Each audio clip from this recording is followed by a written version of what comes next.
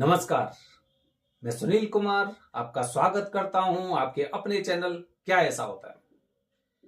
दोस्तों, काफी लोग हमें बताते हैं कि हम पूजा करते करते थक गए, पूजा का फल प्राप्त नहीं हो रहा है। और आप में से न जाने कितने लोग ऐसे होंगे जो जगह जगह पूछते हैं मेरी कुंडली के आधार पर बताइए मुझे क्या समस्या है। तो वो जितने लोगों के पास जाते हैं, कोई बताता है कि भाई आप इनकी पूजा करिए, कोई कहता है इनकी पूजा करिए। बचपन से जिन चीजों को हम देखते हुए आ रहे थे, हमारे घर में जिनकी पूजा होती थी, हमने उनकी पूजा त्याग दी। हमें किसी ने बताया कि उनकी पूजा करिए तभी आपको लाभ होगा। काफी लोग तो ऐसे हैं जो भगवान शिव की बहुत पूजा करते थे, लेकिन किसी ने बता दिया उनको कि सृष्टि के राजा तो राम है, आप राम की पूजा करिए, भगवान श्री राम की पूजा करिए। उन्होंने भगवान शिव जी की पूजा कम कर दी और धीरे धीरे करके वो पूजा खत्म हो गई, भगवान श्री राम की पूजा शुरू हो गई। तीसरे इंसान के पास गए, तीसरे इंसान ने कहा आपकी कुंडली में तो इस तरह से योग बन रहा है या दोष बन रहा है, आपको हनुमान जी की पूजा करनी चाहिए। हनुमान जी की पूजा, हनुमान जी की तस्वीर ले आए, उनकी पूजा करने लग गए, भगवान श्री राम को भी किनारे कर दिया। फिर किसी के पास गए, किसी ने कहा कि शनि की दृष्टि आप पर, आप उनकी पूजा करिए, आप इस तरह करिए, आप यहां पे सरसों के तेल का दीपक जाइए, कुछ भी करिए। हम जगह जगह भटकते रहते हैं, लेकिन हम तथ्य तक नहीं पहुंच पाते कि वजह क्या है कि हमें पूजा का फल प्राप्त नहीं हो रहा। हम में से न जाने कितने लोग ऐसे होंगे जो ये कहते भगवान तो है ही नहीं है। वो अलग बात है कि 40-45 साल बाद तो हर इंसान मानता है कि भगवान तो है। तो बहुत से लोग ऐसे होते हैं कि जो ये कहते हैं कि मुझे पूजा का फल प्राप्त नहीं हो रहा। लेकिन मैं क्या कहता हूं, पूजा का फल तो प्राप्त होता है, बस आप पर मांगना नहीं आता। जिस दिन आप मांगना सीख जाएंगे ना, उस दिन आपको वही भगवान देंगे। चाहे भगवान शिव जी की पूजा कर रहे हैं या भगवान विष्णु की पूजा कर रहे हैं, कृष्ण भगवान की, हनुमान जी महाराज की, भगवान श्री राम की या माता रानी की, शेरावाली की, किसी की। देखिए, ये भगवान, हम ये कहते ना कि वो सब एक ही हैं और सबके अंदर इतनी शक्ति है। आप किसी भी तरह की, भगवान शिव के बारे में शिव पुराण में लिखा हुआ है, विष्णु पुराण में भगवान विष्णु के बारे में लिखा हुआ है, हनुमान जी के बारे में आप रामायण में पढ़ सकते हैं, भगवान श्री राम के बारे में पढ़ सकते हैं, महाभारत में भगवान श्री कृष्ण के बारे में पढ़ सकते हैं। सर्वशक्तिमान है, सब कुछ दे सकते हैं, लेकिन हम दर बदर भाग रहे हैं। हम ये सोच रहे हैं कि भगवान शिव जी हमें नहीं दे सकते, हम ये सोच रहे हैं भगवान श्री राम हमें नहीं दे सकते। हम ये भूल जाते हैं वो सब कुछ दे सकते हैं। जिनकी आप पूजा कर रहे हैं वो सब कुछ दे सकते हैं, बस मांगना आना चाहिए आप पर कि आप किस तरह से मांग रहे हैं।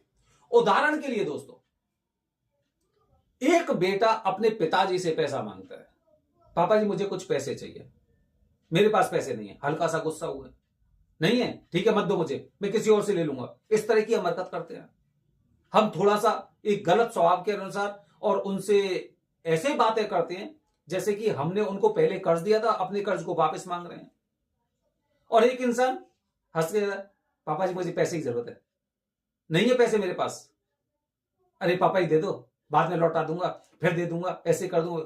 तो पिताजी उसको दे देते हैं।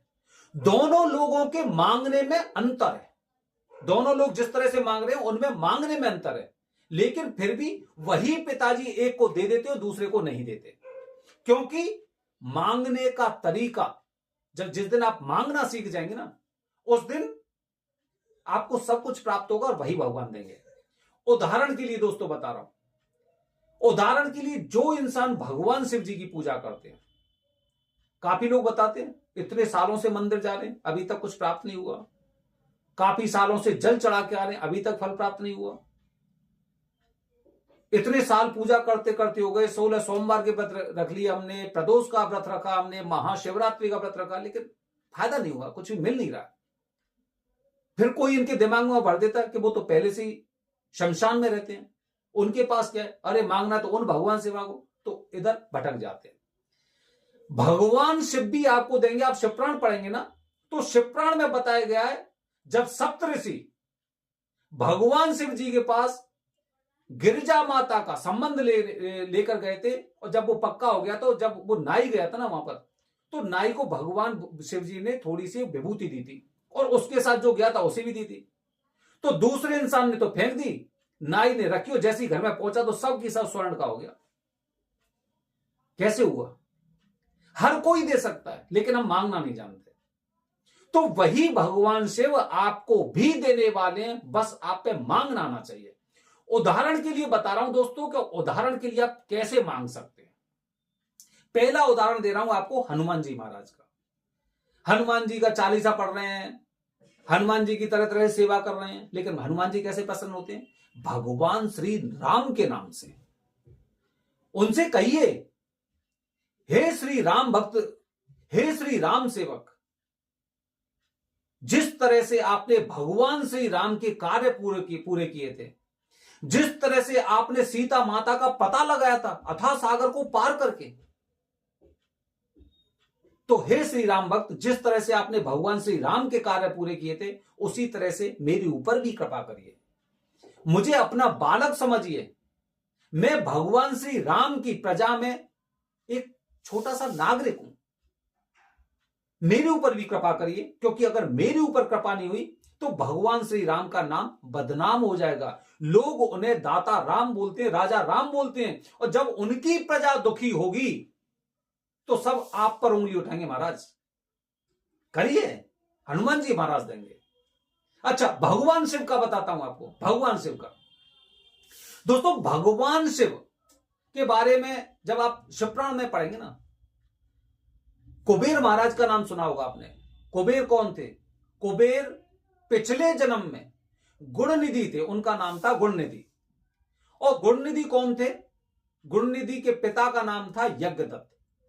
यज्ञदत्त एक प्रकांड विद्वान थे और अपने घर में पूरा विधि विधान से सारा कार्य करते थे, पाठ पूजा में विशेष मन था। लेकिन उनका पुत्र कपूत, कुमार्गी, जुआ, शराब, मदिरा, मतलब इस तरह का सेवन करने वाला था और भगवान शिव के जो शिवालय में अर्पण किया गया था उसी को वो चुराकर खाने वाला था।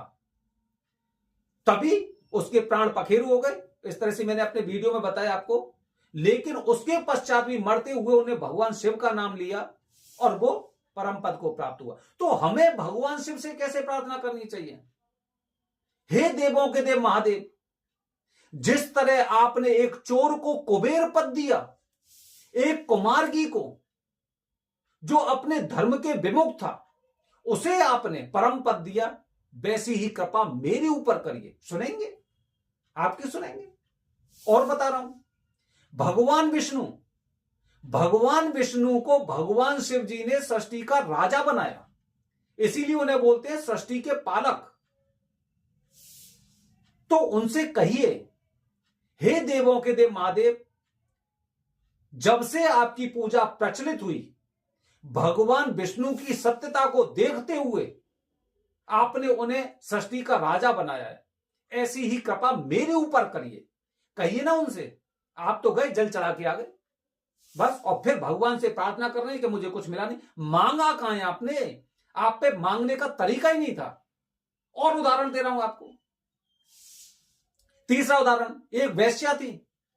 वेश्या को सती लोक प्राप्त हुआ, गिरजा लोक प्राप्त हुआ, माता भगवती का लोक प्राप्त हुआ। उनसे कहिए कि आपने तो वैश्वानाथ अवतार लेकर महानंदा जैसी वेश्या को परम पद दिया, ऐसी कृपा मेरे ऊपर करिए। उनसे कहिए तो सही। आप पे मांगना ही नहीं आता, और मांगना नहीं आता तो देने वाला कैसे देगा? जब अपने पिताजी आनाकानी कर जाते तो भगवान शिव जी आपको ही देवता देवी देवता कैसे देंगे?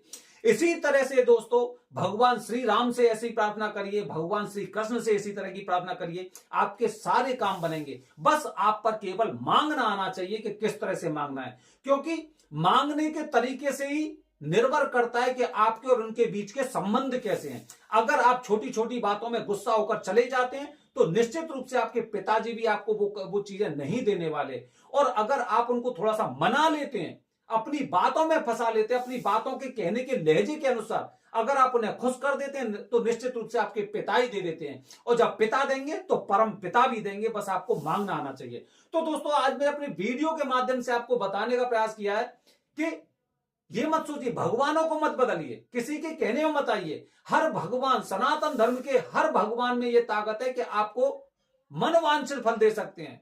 तो इधर उधर मत भटकिए, बस उनसे मांगने का तरीका सीखिए, आपकी हर इच्छा होगी पूरी। बने रहिए हमारे चैनल के साथ दोस्तों। हर हर महादेव, हरिओम।